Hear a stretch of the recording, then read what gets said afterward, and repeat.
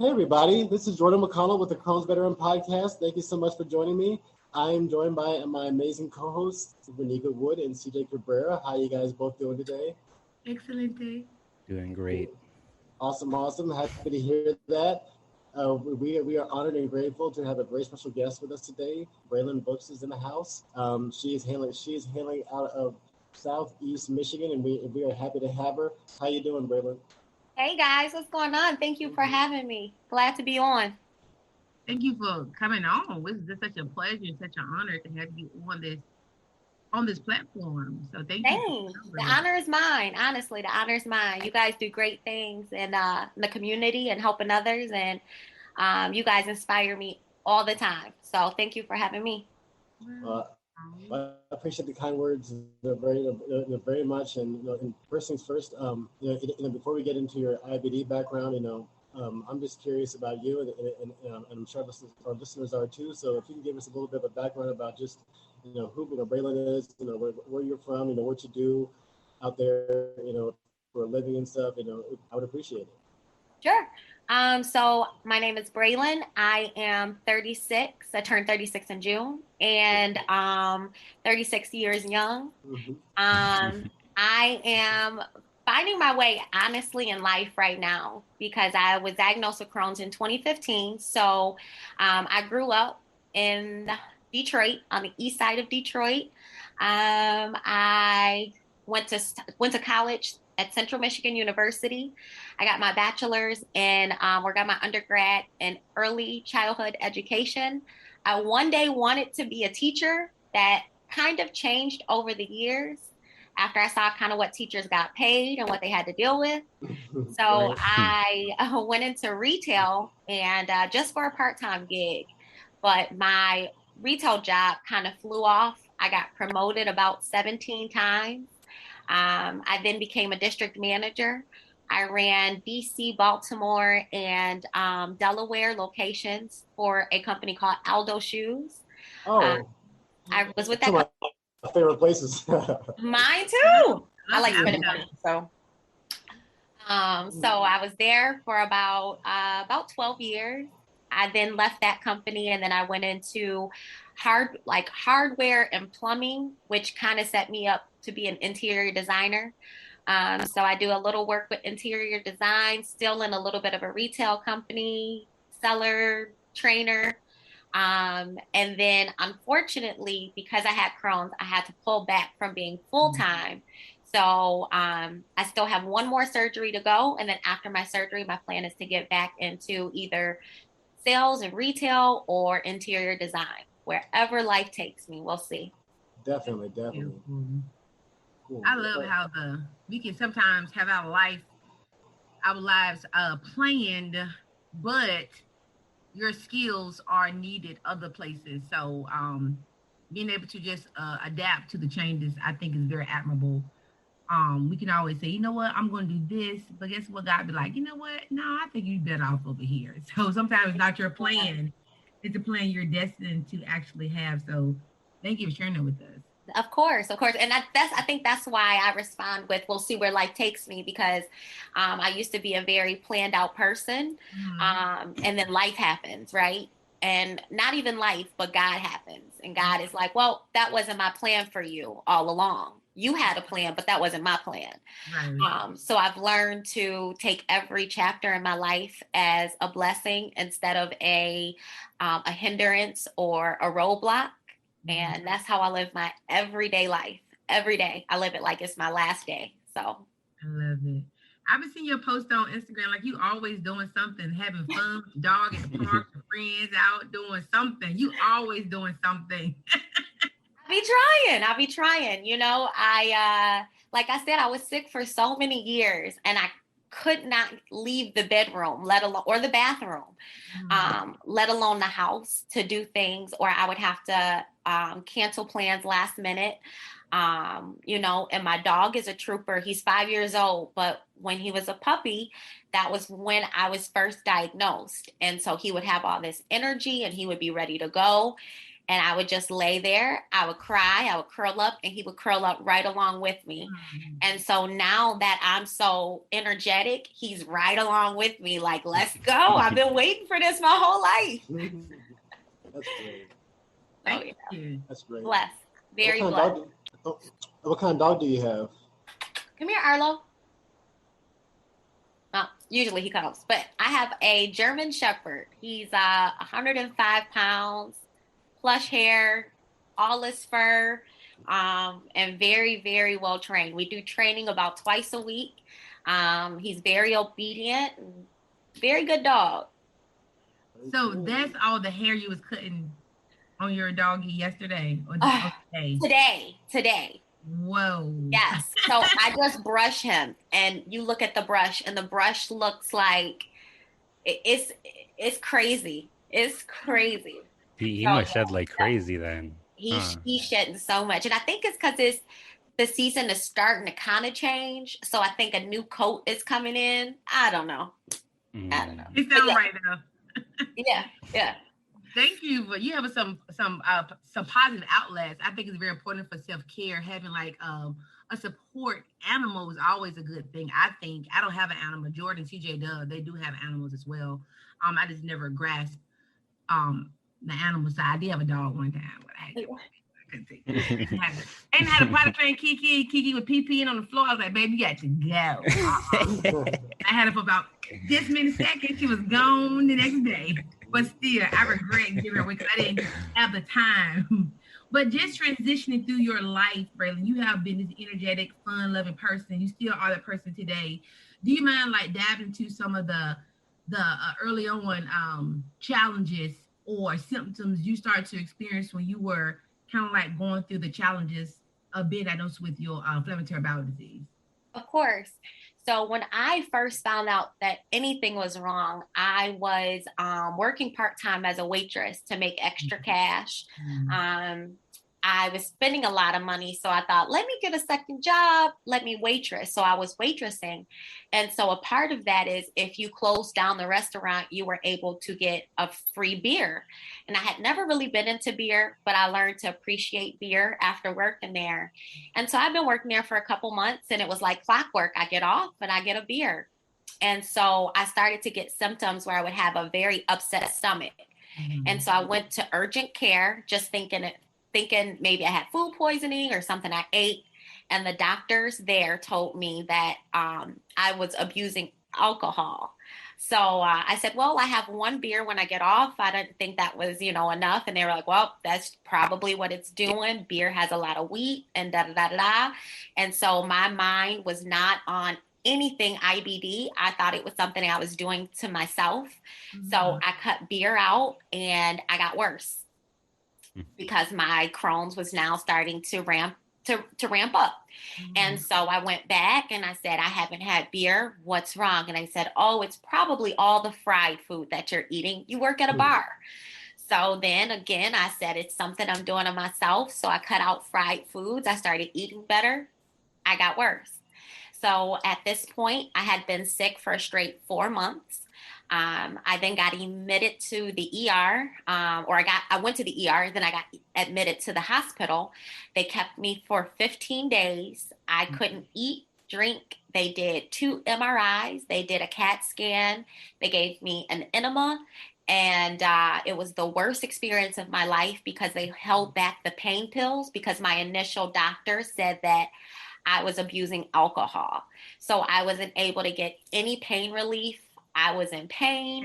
My stomach would look like I was about 5-6 months pregnant. I was bloating really bad.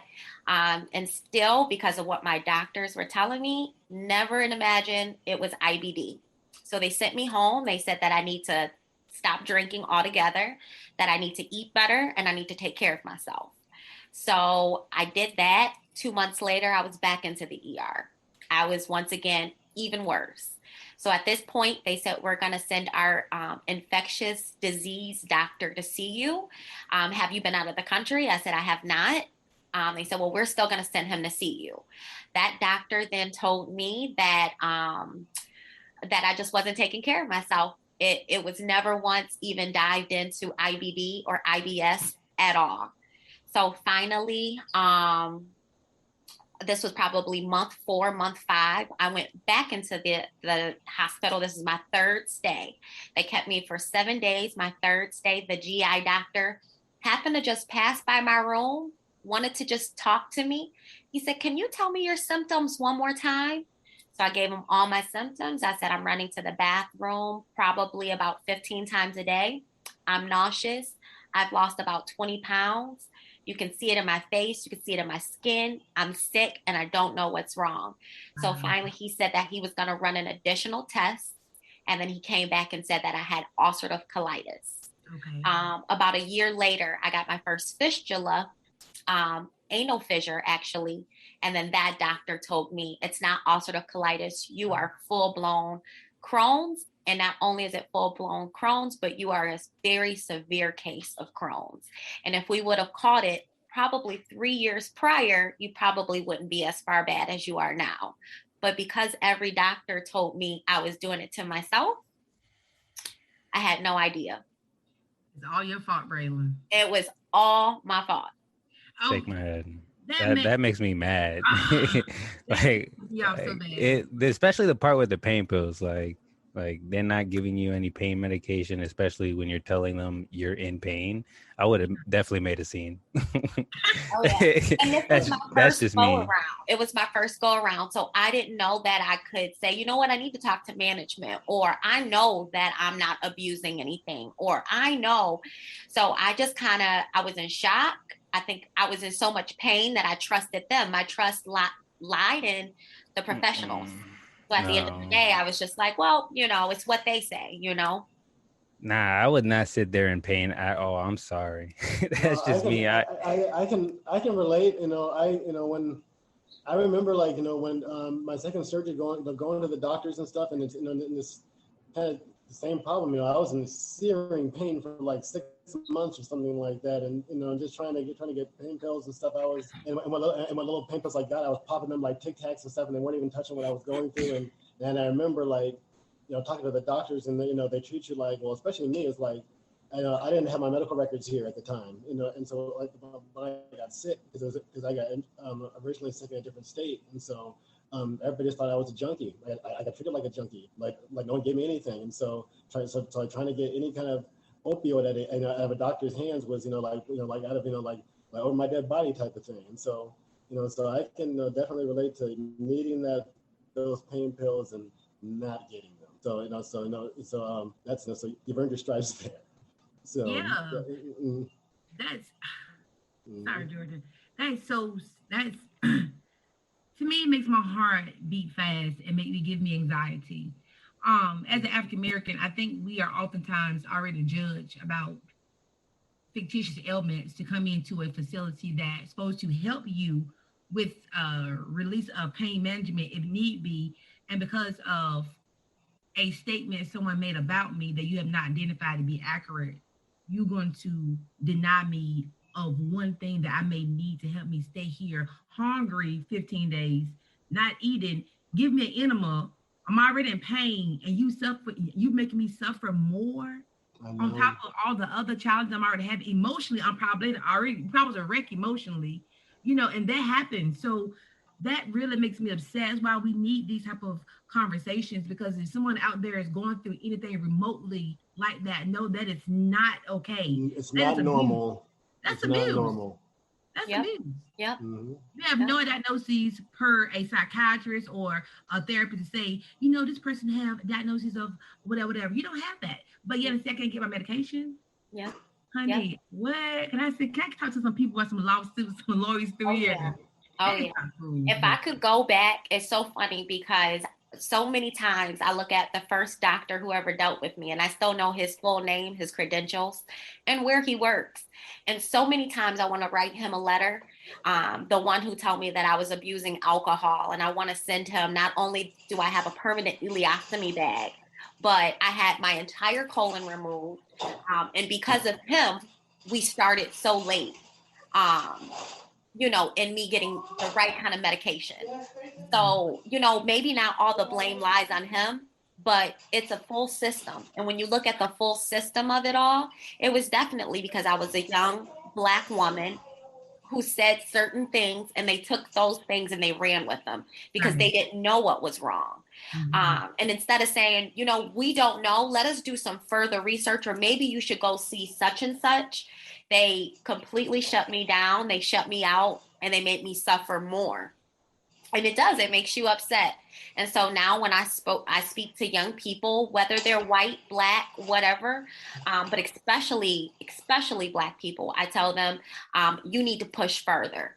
You need to ask to talk to their boss. You need to ask to talk to their boss. And they can't deny you that care, and they can't deny you that right. Right. Yeah. Yeah.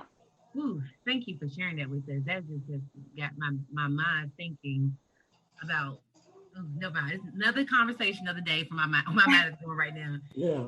So here we are now. You are really thriving now.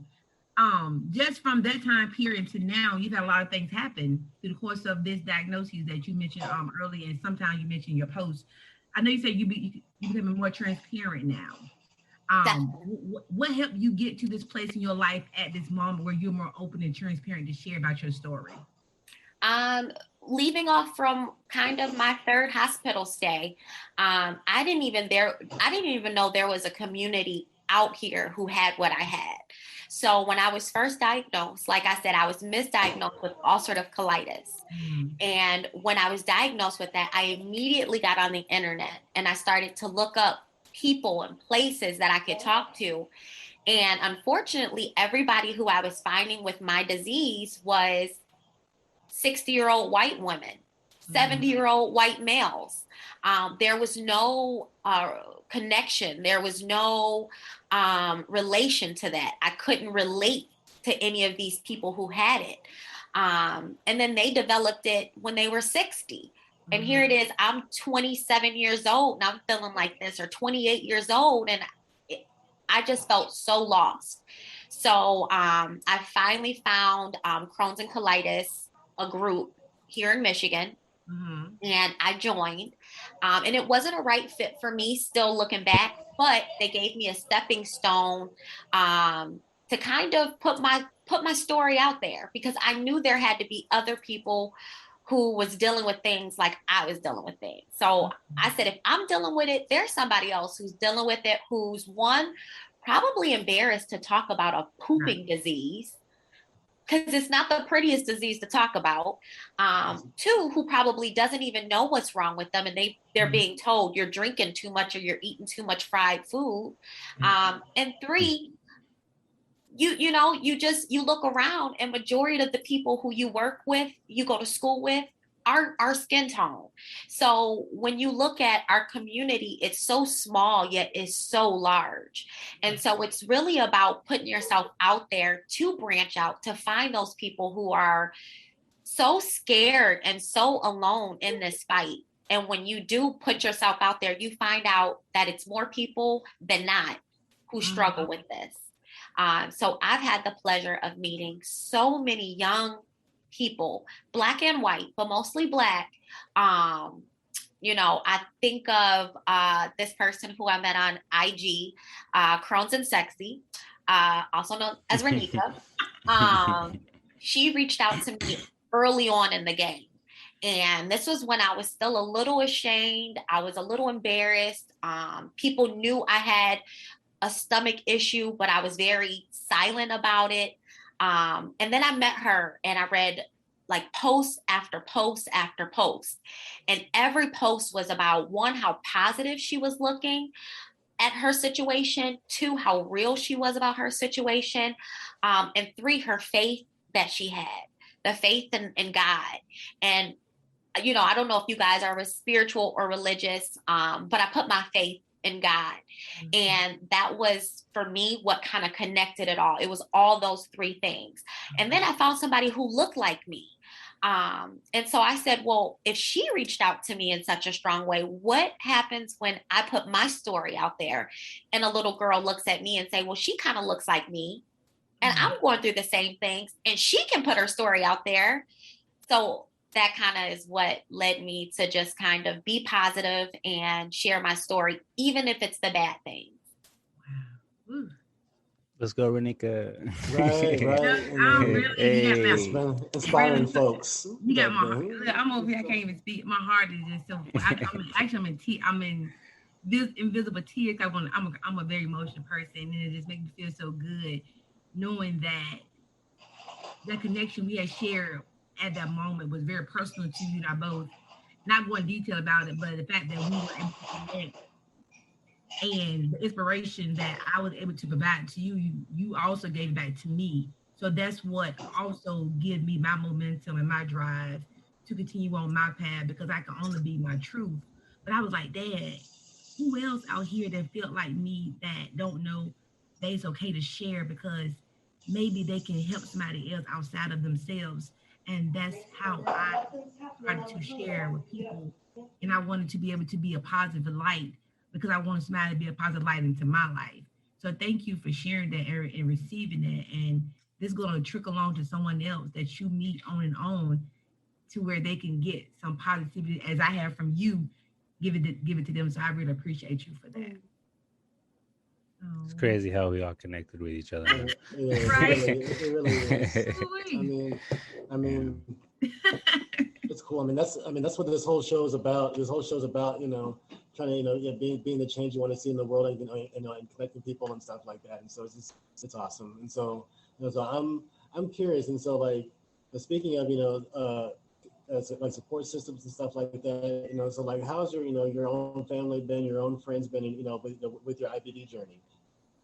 So I actually have a huge support system, and I have more people supporting me than not.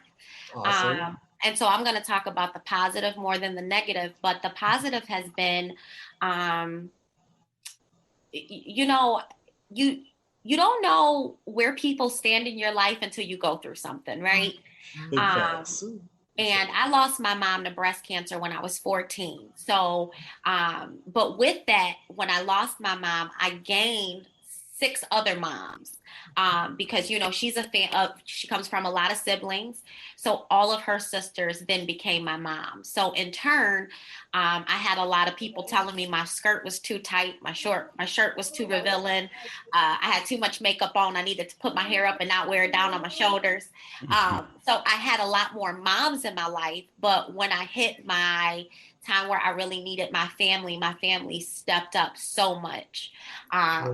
And so I'm so grateful. And then I have a huge friend load where I've met friends. I still have friends from back in high school through college, through now.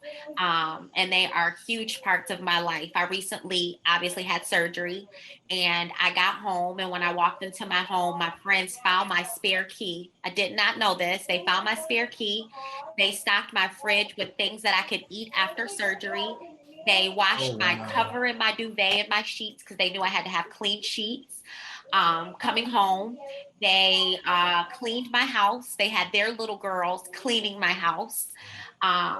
So it was such a warm, welcoming coming home. So my support system has been huge, as well as my Instagram followers, people that I just talked to through passing, my neighbors, people who you don't think will really show you love and be there for you has been a huge support system for me. And I definitely lean on my support system. I used to be like, I got this.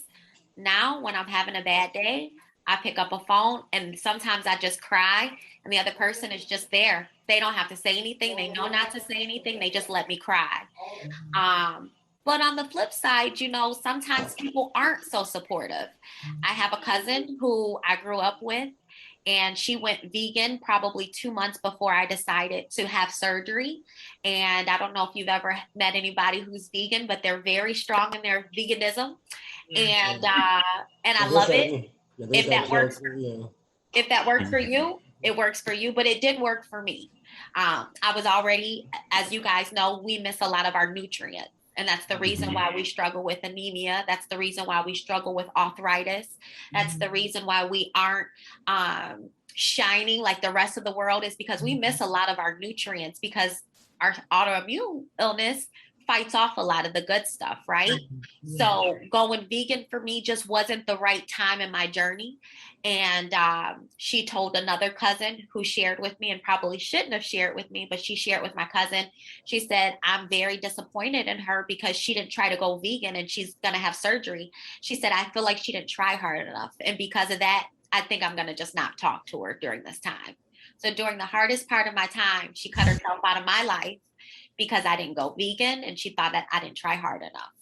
So you have such a huge support system, but you also have those ones who struggle with supporting you. So, I'm always like, I mean, it's very revealing when you tell somebody that you're sick, and then and then their actions after that. And so, what?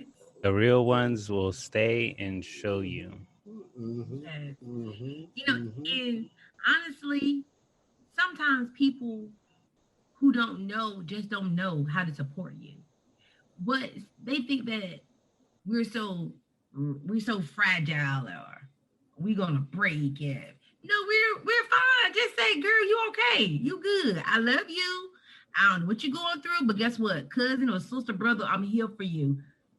You know, because they'll understand, like, it's not about what we could, because they would never know what we go through. Yeah. It's more about, if I need you for something or for nothing, can I call on you? Can you be here for me? And I saw your support system, and I was like, I said, y'all, I said, my friend, I said, I ain't getting no balloons. I ain't getting no balloons. Y'all don't love me. I said, y'all don't love me. But you got the balloons, but like, go. I was like, that is so freaking, it was so dope. How they was at the hospital with you outside. It was just such a dope experience. So when you go into a situation with a very optimistic personality and overall good aura, I think the energy gonna overflow until you being out. You may have a little up and down, but whatever. But sooner or later, it's gonna all balance itself out. That's so right. I know you appreciated that. You had the house clean, the food. You're like, oh my God, my house is so It was such a blessing. It was such a blessing to walk into. I mean, even, you touched on it for a second. I didn't bring it up, but I didn't know my family was going to be waiting outside of the hospital doors. They weren't able to come in due to COVID. And my parents took me, and I got parked in the parking lot, and we were pulling into the parking lot, and we probably had about 9 people. They made signs, and they were standing outside the hospital saying, go Bralyn, you can do it, you can do it. So cool. And it just made me cry. It made me so emotional, but more than anything, it made me go into my surgery feeling so confident. I mean, it was confidence that I didn't have riding in the car before I saw them. Until I saw them, I just had this kind of confidence where I was like, oh, I got this. I'll see y'all after surgery. That's phenomenal. I'm so happy. I'm so happy to hear that. So that's great. Really great. I don't want to ask other questions, but I do have one more question though. Sure. Now, if you don't feel comfortable sharing it, I understand. When you mentioned about your surgery, I know you posted about it before. How are you feeling now since that day that you went into those doors with the unknown of how you're going to be perceived, feel about your personal appearance, about your self-confidence, to today, as you stand here and share with us about the things you've been through? How do you feel from that day up until right now? No, that's actually a great question. So again, I reached out to Crohn's and Sexy when I found out I needed surgery. I had never been so scared in my life. Like, I couldn't stop crying. And so I reached out to Renika, and she gave me amazing advice. I mean, I probably wouldn't have gone through the surgery if I hadn't talked to her, because I felt in that moment that I couldn't do it. I was like, I can't do it. I can't do it. I prayed about it. I thought about it, and I said I couldn't do it. And it wasn't until I spoke to you to where I said, I remember listening to your last voice message, and you said something of some sort of, God wouldn't have brought you to it if he couldn't bring you through it. And I remember telling myself, I said, this is my test. This is what I've been asking for my whole life. I've been asking God to use me because I'm such a powerful, inspirational person. I'm always so positive. But God has to take you through a test to show people this is why I'm positive and this is why I'm strong, right? So that was the start of it. So I went through surgery and I felt a little uneasy, very scared. It was all the unknown. I was supposed to be in the hospital for 7 days. I was only in the hospital for 4 days. My doctor said he had never seen anybody bounce back from surgery the way that I bounced back. He said, I don't know who's been praying for you. My doctor, who has never talked about God ever, he said, I don't know who's been praying for you, but whoever's been praying for you, you need to stay close to that person. So I got out of the hospital within 4 days. I was home. I was healing. I was supposed to be off of work for 8 weeks. I was only off for 6 weeks. I started to jog week 7. I got my dog back, which is definitely my emotional support. So he helped with a little bit of depression I had, bouncing back. And since surgery, going into surgery, I was 94 pounds, and now I'm like 125. So I've gained so much more weight. I'm healthy. I jog every day. I'm able to work out. I'm able to eat foods that I haven't been able to eat in 4 years. Wow. That's amazing. I mean, I can go on and on, but as far as my self-confidence, me personally, I'm more confident. I'm more confident because I'm not running to the bathroom every 3 minutes, or it's not the thought of, am I going to eat and have to run to the bathroom immediately? I no longer have that anxiety. So I feel like my resilience and my attitude is just different. I walk with a little bit of more like pep in my step because I know I'm stronger, and I am. Of course you have a couple setbacks with having a new thing attached to you. Right. But there's more good than there is bad. That is. I love that. It's a great attitude. That's what gets me through. It's those kind of mindsets. Just amazing. And you have to have this. With Crohn's, it's so important to have a kind of glass half full. Vibe. Yeah. That's right. Gratitude and stuff. So, right. CJ, anything else on your mind, man? I just gotta say about what Renika told you about God putting you in the situation and him bringing you through it. Like he wouldn't put you in it if you weren't able to get through it. Spoke volumes to me too. Oh, right. Gave me chills. Yeah. When I heard it and I just repeated it, like it gave me chills. I mean, yeah, we are so strong together, you guys. Like this is such an awesome conversation because even me having my own journey with my ostomy, I was so afraid of me being judged, having the stigma. Oh, look at her, I'm the opposite, I'm plus size. So I said, I've never seen a plus size girl with an ostomy. I'm not getting that. Making myself seek to appease people around me. And I said, wait a minute, are you crazy? You prefer to stay sick and shut in versus being vibrant and resilient because of what someone think of you while they live their life abundantly and you are home faking your life. I said, okay, keep it up then. You good then. You feel good, keep it up. This is what I told myself in the mirror. I said, Mom, let's get it. She said, well, let's get it, baby. I went in, I wasn't crying after the surgery. Now, I said, you know what? One day it's going to happen. One day I'm going to start crying. I said, where the tears? And one day I was like, what is happening to me? I said, girl, you're so stupid. I was like, oh, I'm good now. Like a little few seconds. No pain in my stomach, no bathroom urges, no nothing. I feel so relieved. I was telling the guys, I went to Atlanta. The first flight I had since I had my surgery, I said, suppose my bag is below in the air. I suppose I need to change it on the plane. I said, I'm not going. We ready to quit. Well, I wasn't going. I said, well, suppose I go there and everything work out fine. And that's what happened. Everything worked out fine. Wow. So having that initial fear was going to hinder me from enjoying life once again. But yet, I said, you know what? That's not what I'm about no more. I'm about being positive, setting positive stones and being more resilient. And then having the faith that I'm going to be able to get through this challenge regardless of what happened. Because I am living my life in a better mindset today. Yep. So that's how I got through my challenges of the thought of having a colostomy, full closed-in colostomy. And the colostomy, y'all, is not like the cone heads. It ain't like that. That's not how it look. The cone head, the move. I was talking to you about them on the chat. come on, a Barbie butt. I said, it's not like a cone head butt. That's like what it looked like. Duh. But it does have some challenges, but regardless of what go through, you can get through it. So I'm just so proud of you. So keep up the good work and keep up the positivity. People are really watching. You as well. You know, thank you. I look at all your journeys, and you know, I was just telling CJ, right, that he inspires me. You know, I said, you know, I've always been a little intimidated.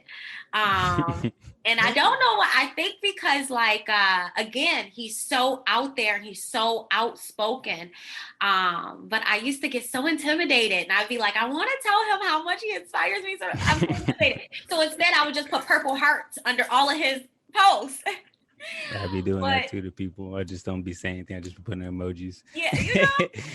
But it wasn't until recently we had a conversation, and I said, listen, you have inspired me more than you know. And that's for all three of you guys. You know, whatever you're doing out here, you know, even if you feel like you have such a small community who's watching you, you are touching more people than you know. It's those people who are probably too scared to speak up and say, hey, you've helped me. They're too intimidated, but you're reaching more people than you guys know. So the fact that you guys are doing this work is beyond. So you guys need to pat yourself on the back every day for what you do. Thank you, Thank you very much. Thank you very much. That means a lot. I mean, it's what, you know, it's what this system, you know, a labor of love, you know, passion project, and we're just here to help people. So, you know, so to hear you say that, you know, means a lot to me. You know, I really appreciate it. And so again, Bralyn, you know, I'm personally grateful, you know, to have you on the show, sharing your journey. You know, if people want to, you know, reach out to you, support you in what you do, how can they do that? Definitely, you can follow me on Instagram. That's where I share my story. I'm very vulnerable. I'm an open book. I try to share the good and the bad. And my Instagram is bbuzzbrooks, BBUZZ Brooks, BROOKS. So you can find me on there, and you could definitely reach out. And I'm very open with giving out my phone number if you're more comfortable with that. So if you reach out to me there, I can then give a little bit more information, whether it's email, phone number. And I like to travel too. So I'll pop up at your front door if you need me to. I see that, Junior. Right. That's funny. I mean, I told her I'd pop up. I told her I'll pop up because I might be going to Michigan next month. So. And he would pop up. It's a good pop up. Don't be surprised. I told him I got a bedroom for him. See, come on. I told her, don't be surprised when I show up. Like, yo, what's up? Like, yo, who's that guy outside? Come on, bring your dog. Come on, bring your dog. Why he got a bag? That is too cool. Thank you, brother. Thank you for being on the show today and sharing your positive words of encouragement, inspiration. People are going to really be touched by your words today, and you're admired. So always know that whatever you do, you are reaching lives as well, one day at a time, or one step at a time, however you want to utilize that knowledge. But you are a walking testimony, and your story deserves to be heard. So thank you for being a part of the show today. Thank you so much. Thank you guys. Thanks for having me. And I look forward to your future endeavors and everything that you guys are going to reach, touch, and see. I'm waiting. I'm right behind you. I'm right behind you looking. So let's go. Awesome. Well, thank you again. You know, I'll take us out of here. You know, if you like what you heard today, and if you support, you know, what we're doing, you know, please subscribe to our show on YouTube and all the podcast platforms. You can check us out on www.cronesveteran.com. We have a brand new merch store that we are very proud of at cronesveteranstore.com. So please check that out. Currently, right now, since we are WeGo Health Awards nominees, so of course go to WeGo Health and nominate us. We have a Best in Show 40 discount right now. So, you know, so please, you know, check out some of our great colitis and Crohn's merch. And then also, you know, again, and thanks for the love, thanks for the support. That's what we got. So, thank you. Alrighty. So thanks, guys. You're welcome.